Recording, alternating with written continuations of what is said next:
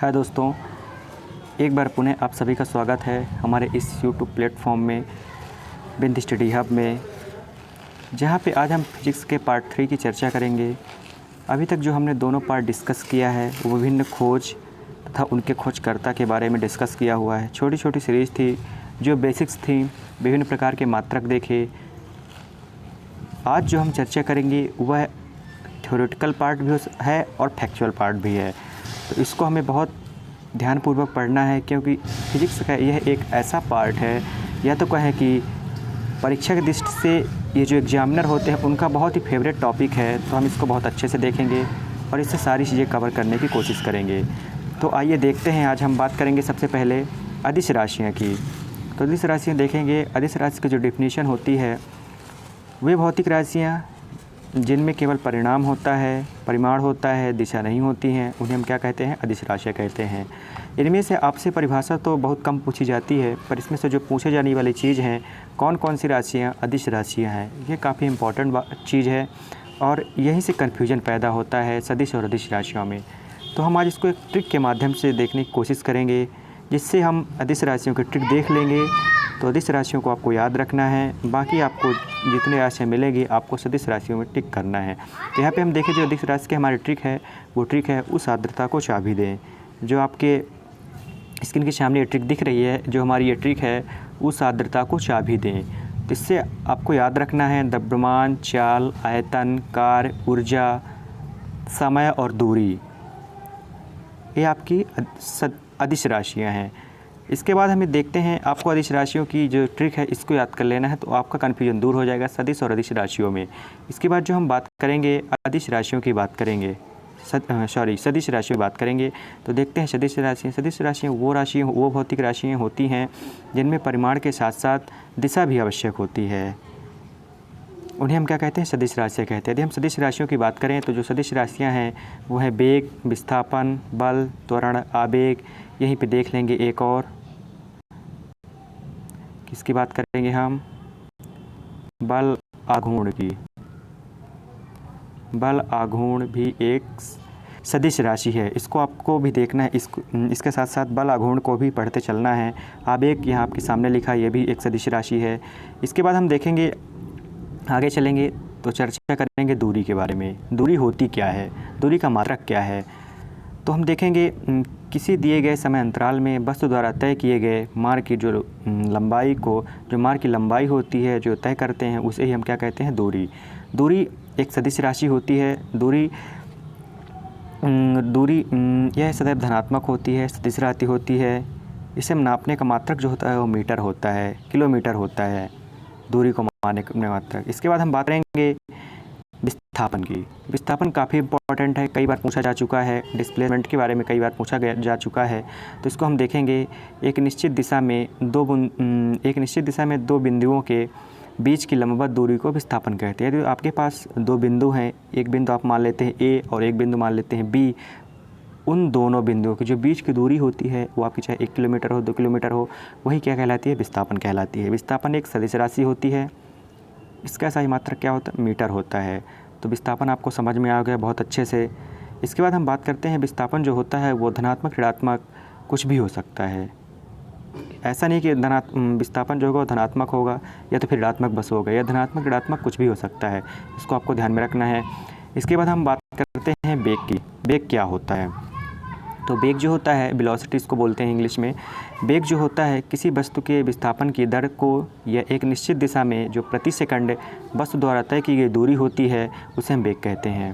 जो प्रति सेकंड दूरी तय की जाती है उसे हम वेग कहते हैं, कि जिसे हम कहते हैं कितनी तेज़ गति से चले, एक सेकंड में कितना तेज़ गए कि वहाँ पहुँच गए, ऐसा होता है। किसी वस्तु के विस्थापन की दर को एक निश्चित दिशा में प्रति सेकंड वस्तु द्वारा तय की गई दूरी को वेग कहते हैं। वेग एक सदिश राशि है। इसका सही मात्रक मीटर प्रति सेकंड होता है। आपके सामने यहाँ पे लिखा हुआ है मीटर प्रति सेकंड, जो वेग का मात्रक होता है मीटर प्रति सेकंड होता है सही मात्रक। इसके बाद हम चर्चा करेंगे त्वरण की। एक्सेलरेशन, त्वरण होता क्या है?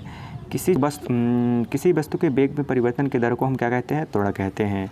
त्वरण एक सदिश राशि होती है, इसको भी आप में याद रखना है। इसके बाद हम एक बहुत ही इम्पॉर्टेंट टॉपिक की चर्चा करेंगे, जो लगभग हर विद्यार्थी के दिल की धड़कन होता है। उसकी हम बात करेंगे न्यूटन के गति विषयक नियम। ये जो न्यूटन गति विषयक नियम है इससे हम सभी परिचित हैं। लगभग हर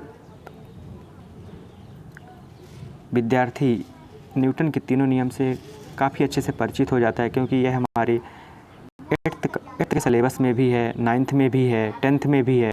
तो हम इसको बहुत अच्छी तरह से पढ़ चुके हैं। आइए देखते हैं कि इसको परीक्षा में किस तरह पूछा जाता है। तो न्यूटन के हम प्रथम नियम की जब बात करते हैं तो न्यूटन का प्रथम नियम जो होता है कहता है कि यदि कोई वस्तु विराम अवस्था में है तो विराम अवस्था में रहेगी। यदि वह एक समान चाल से सीधी रेखा में चल रही है तो वह ऐसी चलती ही रहेगी जब तक उस पर कोई बाहरी बल ना लगाया जाए। कहने का मतलब ये है कि यदि कोई वस्तु स्थिर है तो वह स्थिर ही रहेगी, यदि जब तक उसमें कोई बाहरी बल नहीं लगाते हैं तो वह स्थिर ही रहेगी। इसी तरह देखते हैं जो न्यूटन के प्रथम नियम से काफ़ी बार पूछा गया जो क्वेश्चन है, जो हमारे लिए बहुत ही महत्वपूर्ण है, वो ये है कि न्यूटन का जो प्रथम नियम है उसे गैलीलियो का नियम भी कहते हैं। यहाँ पे लिखा हुआ है गर्मियों का नियम, तो ये गर्मियों का नियम नहीं होगा। इसे हम किसका नियम कहते हैं? न्यूटन के प्रथम नियम को गैलीलियो का नियम कहते हैं। इसको आपको याद रखना है, नोट कर लेना है। इसके बाद हम बात करते हैं जो न्यूटन का प्रथम नियम होता है उसे हम जड़त्व का नियम भी कहते हैं। ये भी पूछा गया है कि न्यूटन किस नियम को जड़त्व का नियम कहते हैं। दे दिया है प्रथम, द्वितीय, तृतीय, इनमें से कोई नहीं। कन्फ्यूजन क्वेश्चन हो जाता है। इसके बाद हम बात करेंगे न्यूटन के किस नियम से बल की परिभाषा मिलती है। तो न्यूटन का जो प्रथम नियम होता है उसी से बल की परिभाषा मिलती है। तो जो न्यूटन का प्रथम नियम है इससे जो तीनों क्वेश्चन हैं ये आए हुए हैं, तो आपको इनको काफ़ी अच्छे से देखना है। इसके बाद हम यदि आगे चर्चा करें तो आगे हम बात करते हैं न्यूटन के द्वितीय नियम की। क्या कहता है न्यूटन का दूसरा नियम?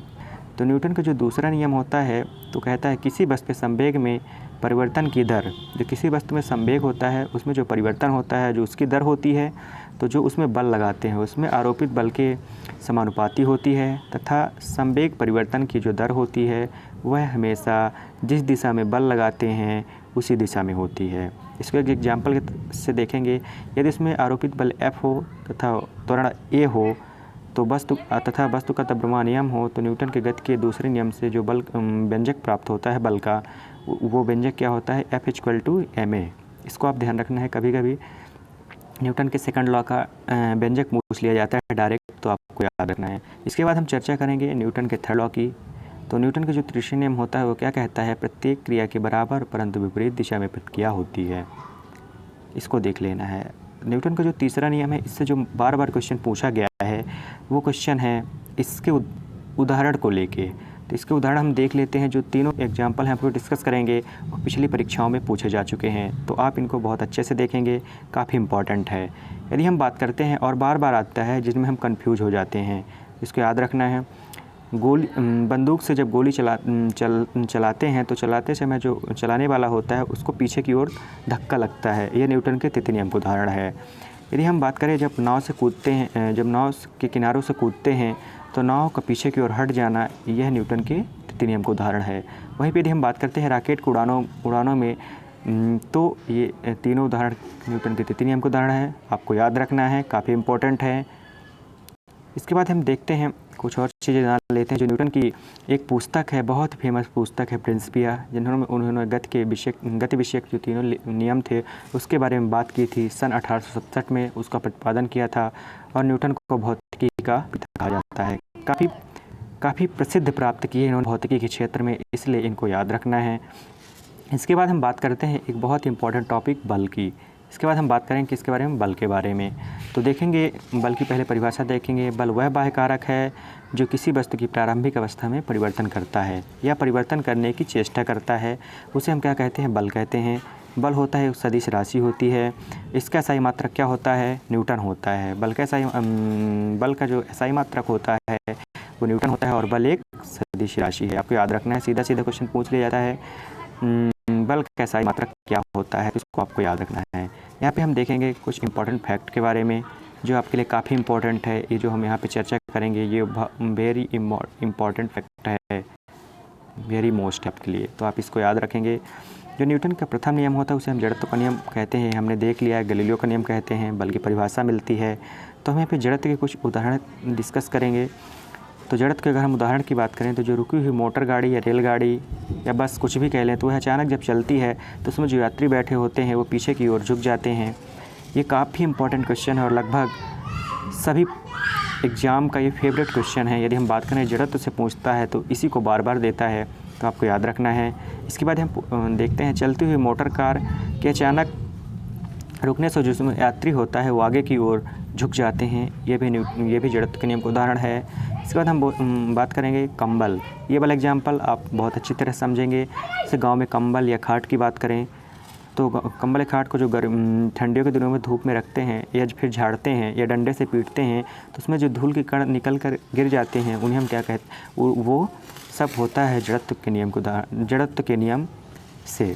तो आपको याद रखना है, जो कंबल को हाथ में पकड़ कर डंडे से पीटते हैं तो जिससे धूल के कण निकल कर गिर जाते हैं, यह जड़त्व के नियम का एग्जाम्पल है। तो आपको याद रखना है जड़त्व के नियम का उदाहरण। ये हमारी जो बहुत फिजिक्स की सीरीज़ चल रही है यह काफ़ी इंपॉर्टेंट होने वाली है आपके परीक्षा दृष्टि से, क्योंकि हम इसमें वही टॉपिक डिस्कस करेंगे जिनसे अभी तक विभिन्न प्रतियोगी परीक्षाओं में क्वेश्चन आ चुके हैं। और कहने का मतलब ये है कि हम यहाँ पे इम्पॉर्टेंट टॉपिक की चर्चा करेंगे और ट्रिक के साथ चर्चा करेंगे ताकि आपको याद करने में कठिनाई ना हो और आपको जल्दी याद हो जाए। और यदि आप हमारे इस फिजिक्स के टॉपिक की PDF प्राप्त करना चाहते हैं तो हमारा जो टेलीग्राम चैनल है उसकी लिंक जो है डिस्क्रिप्शन में दी हुई है। बिंद स्टडी हब टेलीग्राम ग्रुप को ज्वाइन करें और वहां से आप PDF भी प्राप्त कर सकते हैं। तब तक के लिए आप सभी का धन्यवाद। वीडियो पसंद आया हो तो चैनल को लाइक शेयर सब्सक्राइब करें। मिलते हैं अगले पार्ट में।